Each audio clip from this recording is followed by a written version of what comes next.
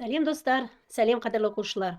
Бүгін бізде органикалық заттардың ерекшеліктері және олардың жіктелуі тақырыбы. Сіздер органикалық қосылыстарды бастаған кезде бейорганикалық қосылыстарға ұқсас жақтары бар екенін байқайсыздар.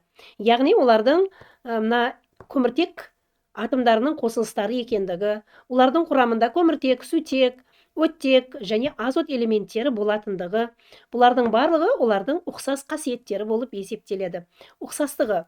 Ал енді олардың ерекшелігі қандай деген сұраққа сіздерге жауап бере кетейін, иә?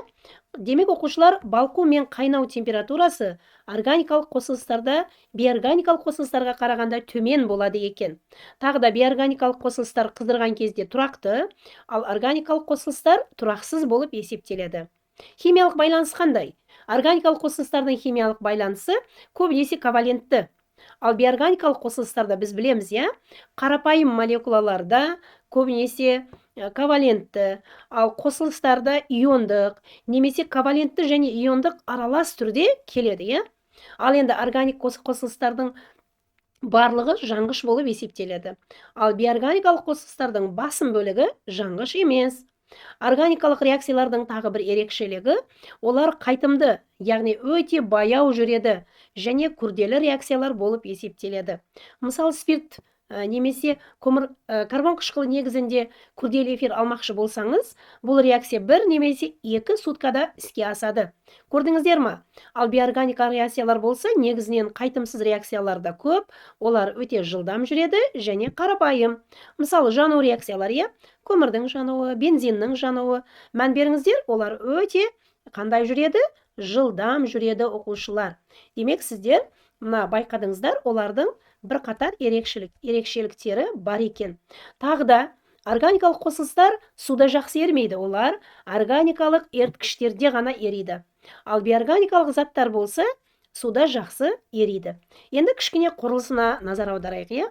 Мына бейорганикалық қосылыстардан мен сілті, су, яғни оксид, қышқыл, тұз молекулалары құрылысымен салып қойдым, иә? Назар аударыңыздар. Бұл ретте олардың айырмашылығы, мына натрий, мән берсеңіздер, натрий-натриймен ешқашан қосылмайды. Натрий оттекке, оттек сутекке байланыспен байланысып отыр. Ал мына жерде екі сутек молекуласы оттекпен байланысып отыр. Ал мына жерде күкірт қышқылының теңдеуінде болса, сутек оттек арқылы күкірт молекуласына байланып отыр. Ал енді органикалық заттарда, мән беріңіздер, бұл тағы бір өте бір ерекше қасиеті, көміртек атомдары өзара тізбек түзе байланыс түзеді. Мына қараңыздар, көміртек атомдары өзара байланысып жатыр, иә? Олардың арасында коваленттік байланыстар бар. Мысалы, мына көмірсутектердің формуласы, мына спирттердің формуласы, назар аударыңыздар, мынау альдегидтердің, ал келесі карбон қышқылдарының формуласы. Барлығында көміртектер өзара бір-бірімен тізбек түзе байланыс түзіп жатыр. Демек, сіздер органикалық заттардың бейорганикалық заттардан ерекшелігін қазір ғана біліп алдыңыздар. Ал енді олар қалай жіктеледі? Жіктелген кезде де, қадірлі оқушылар, мына көмірсутектер деп жатырық, иә? Демек, көмірсутек болатын болса, формуласы CN H2N. И тағы мына жерде плюс 2 немесе минус 2 немесе тағы да басқа болуы мүмкін. Бұлайша айтатын болса, CXHY десем нақты болады. Яғни көміртек және сутек атомдарынан құралған үшін көмірсутек деп атаймыз. Ал енді көмірсутектердің классификациясы, яғни көмірсутектер ең бізде бастапқы көмірсутегіміз бұл алкандар болып есептеледі. Алкандардың ең қарапайым дейміз, алкандар. Олардың жалпы формуласы CN H2N плюс 2. Мысалы, метан, этан, пропан, бутан. Ал енді алкендер дейтін болсақ, олардың жалпы формуласы CN H2N. Тағы да сол формулаға CN H2N-ге циклоалкандар да бізде жауап береді екен. Демек, қазір ғана сіздер мына байқап отырсыздар, көміртек және сутектен тұратын болғанымен, олардың құрамындағы сутектердің санымен ерекшеленеді екен. Мына CN плюс 2-де сутектер саны көп. Сондықтан оны қаныққан деп атаймыз. Қос байланыс жоқ. Ал алкендерде екі сутек азайып кетті. С-N H2N болып қалды. Сондықтан да оларда қос байланыс пайда болды. Мына жерде сізге көрініп тұр деп ойлаймын, оқушылар. Мына қараңыздар. Алкендер мен циклоалкандардың формуласы С-N H2N болып есептеледі. Енді оларға қарапайым заттар нелер кіреді? Мысалы, С6H12 болса, гексен 1, гексен 2, гексен, былайша айтқанда. Ал оның класс аралық изомері циклогексан. Бұл не дегені? Заттардың жалпы формулалары бірдей болса, бірақ әртүрлі сыныпқа тиесілі болса, олар бір-біріне класс аралық изомерлер болып есептеледі. Яғни гексен, қараңыздар, 6 көміртек атомы бар. 1, 2, 3, 4, 5, 6. Енді циклогексан 1, 2, 3, 4, 5, 6 көміртек. Ал сутекті санайтын болсақ 2, 3, 5, 7, 9, 12. Ал енді мына жерде 2, 4, 6, 8, 10, 12. Тағы тура жоғардағы сияқты 12 атом көміртек, сутек бар екен. Демек, келесі бізде алкендер, келесі алкадиендер. Тағы назар аударыңыздар, мына көмірсутектер бізде қанша болды классификациясы? Алкан, алкен, циклоалкан, алкин, алкадиен. Тағы да бізде циклді қосылыстардан арендер бар. Олар да көмірсутектерге қосылады негізі. Арендер. Түсінікті ғой, бұған тағы да қайтамыз. Арендердің жалпы формуласы С-N H2N-6 болады. Яғни сутек саны өте аз. Ал оның қарапайым өкілі бензол болып есептеледі. С6H6. Тағы да бензолдан кейін талол, ксилол, кумол деген тағы гомологтары бар.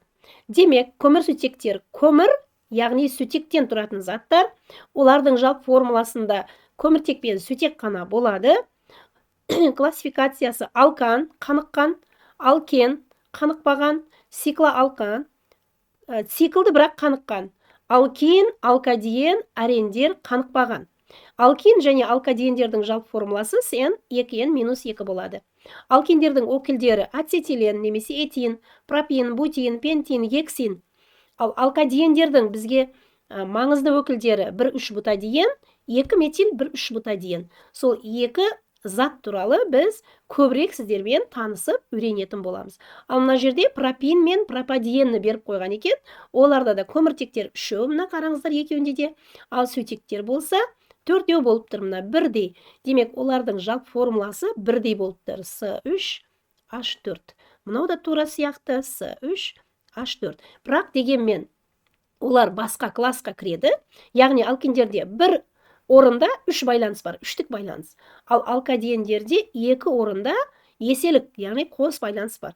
Демек, көмірсутектер алкан, алкен, циклоалкан, алкин, алкадиен, арендер деп бөлінеді екен.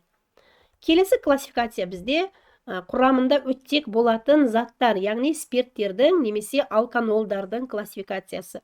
Бізде спирттердің өзі 2-ге бөлінеді, оқушылар. Біріншісі бір атомдық, екіншісі көп атомдық. Яғни, бір атомдық спирттер бұл құрамында бір гидроксил тобы болған спирттер. Ал көп атомдық спирттер құрамында мына 2 немесе 3 гидроксил тобы, мына 1, 2, 3. Көрдіңіздер, тобы болған спирттер. Енді алканолдардың жалпы формуласы С-N H2N плюс 2O деген екен. Бұл жерде негізі С-N-H2N болады, плюс екісі жоқ. Қазір мен сіздерге бұны көрсететін боламын мысалдарда. Мысалы, мына жерде С-N-H2N плюс 1 десек, бізде бір атомдық спирттер шығады. Ал С-N-H2N плюс 1O дейтін болсақ, бізде плюс 2O дейтін болсақ, онда көп атомдық спирттер және жай эфирлер шығады екен. Енді қараңыздар. Мына спирттердің бір атомдық болғанда құрамда 1 OH бар, мына жерде тізбектелген көміртек атомдар. Ал көміртектерді санап жіберейікші. 1, 2, 3, 4, 1, 2, 3, 4. Енді мына яқта да көміртектер 1, 2, 3, 4. Саны тең болды. Ал енді оттек саны жоғарыда да, төменде де 1 ғана. Енді сутектерді санайтын болсақ, 3, 5, 7, 9, 10. Енді мына жақта да 3-ке 2, 5, 3-ке 2, 5, 10.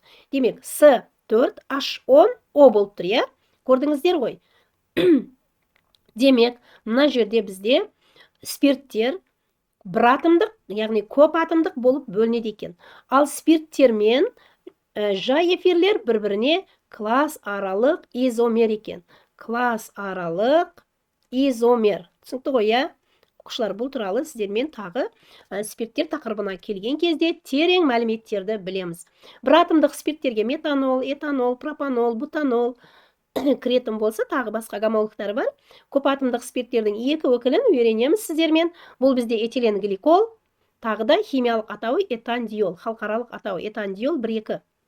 Ал құрамында 3 көміртек атом болатын көп атомдық спирт, бұл глицерин, бұл бізде мына халық тілінде тараған атау дейміз рационалды.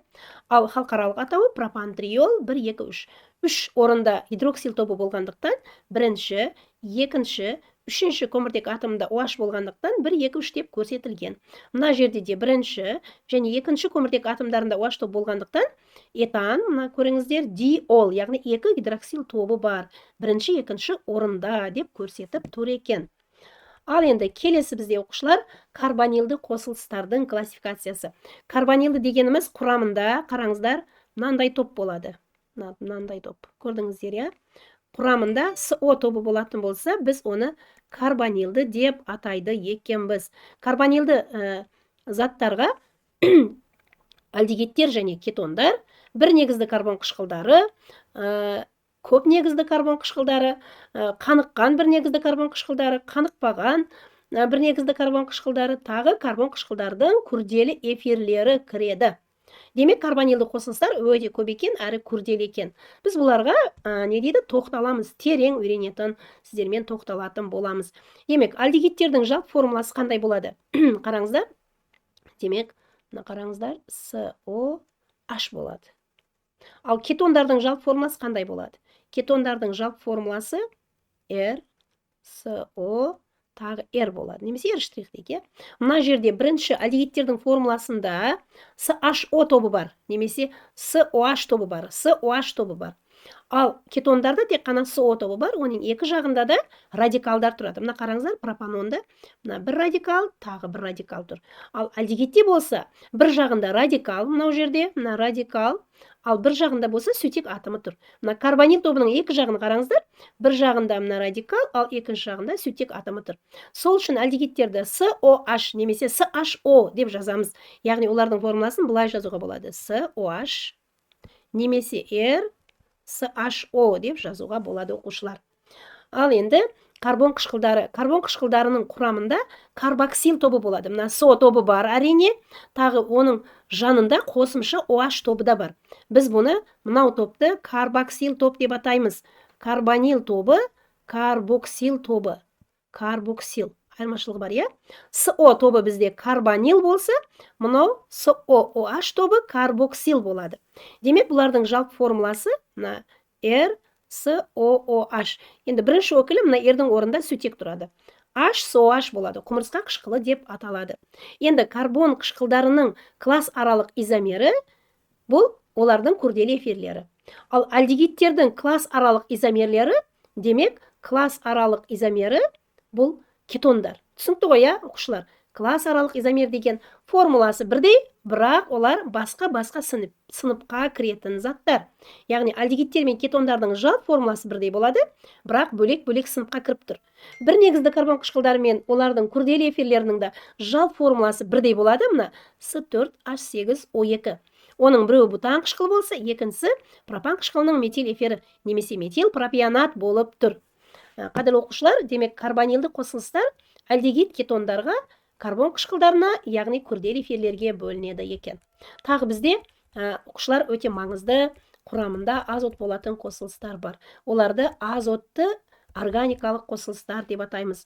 Азотты органикалық қосылыстар біздің өмірімізде өте маңызды. Неліктен? Мына қараңыздар, қазір сіздерге өте биологиядан таныс терминдерді көре бастайсыздар. Құрамында радикалға NO2 тобы қосылған болса, нитро қосылыстар деп аталады. Бұлардың көпшілігі қопарылғыш заттар. Ал енді радикалға NH2 тобы қосылған болса, бұл аминдер деп аталады. Ал радикалға әрі амин тобы, әрі карбоксил тобы қосылған болса, амин қышқылдары деп аталады. Себебі мына амин, мынау қышқыл. Олардың арасында радикалдар болады, немесе метил топтары болады, метилен топтары болады тағы да. Ал енді амин қышқылдардан наурыздар келіп шығады, оны білеміз биологиядан. Тағы да азотты органикалық қосылыстарға РНК, ДНК. Тағы да РНК, ДНК-ның құрамында азотты гетероциклді қосылыстар да болады.